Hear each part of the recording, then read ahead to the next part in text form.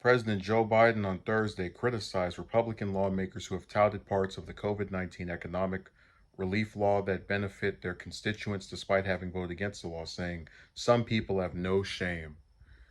No Republican in Congress voted for the American Rescue Plan when it passed earlier this year, but Biden noted several are now touting portions of the 1.9 trillion package that have gone toward their home districts. I'm not going to embarrass any of them, but I have here a list of how back in their districts they're bragging about the rescue plan, Biden said during a speech in Cleveland, holding up a piece of paper with names of lawmakers and the parts of the law they have promoted without saying any names out loud because that's very helpful. Let me reveal I have a list of people, which could be any names he just wrote on the damn piece of paper, and claim that there are people doing this without giving any examples. That's how you know somebody's telling the truth. Without saying any names out loud, the president said several Republicans have been taking credit for the Restaurant Revitalization Fund, which was recently established to help struggling restaurants and other businesses keep their doors open during the pandemic and grants to community health care centers. I'm happy they know that it's benefited their constituents. That's okay with me. But if you're going to try and take credit for what you've done, don't get in the way of what we still need to do, Biden said. Biden's list named Republican Senator Roger Wicker of Mississippi, Representatives Kevin McCarthy, Elise Stefanik, Beth Van Duyne. Oh, they actually do have the names on here. I have to apologize. Greg Pence, the former vice president's brother, who only was in office because he, nepotism.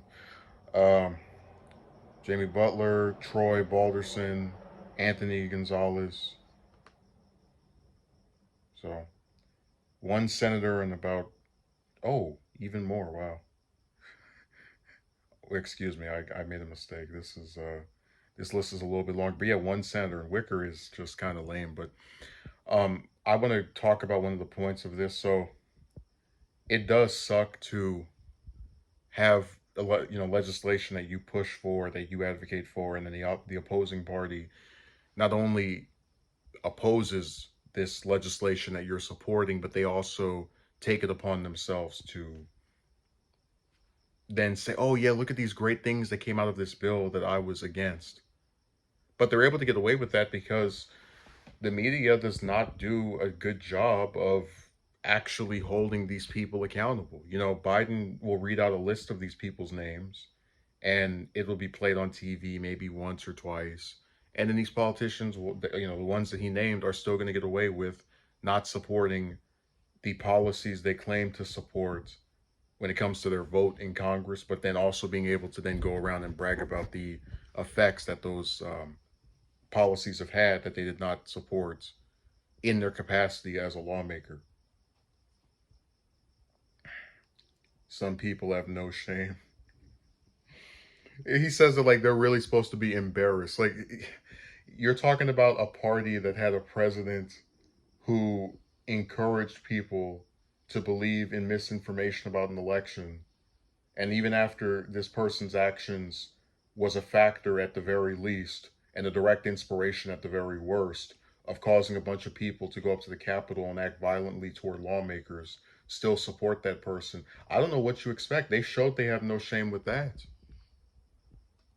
They showed they had no shame when, after criticizing Obama, many of the same policies that were implemented by him that were carried over to Trump, like the Seven Wars, like a right-wing healthcare plan, when that was even worse, were just, they flipped their script on because they don't actually stand for anything. It's all partisanship.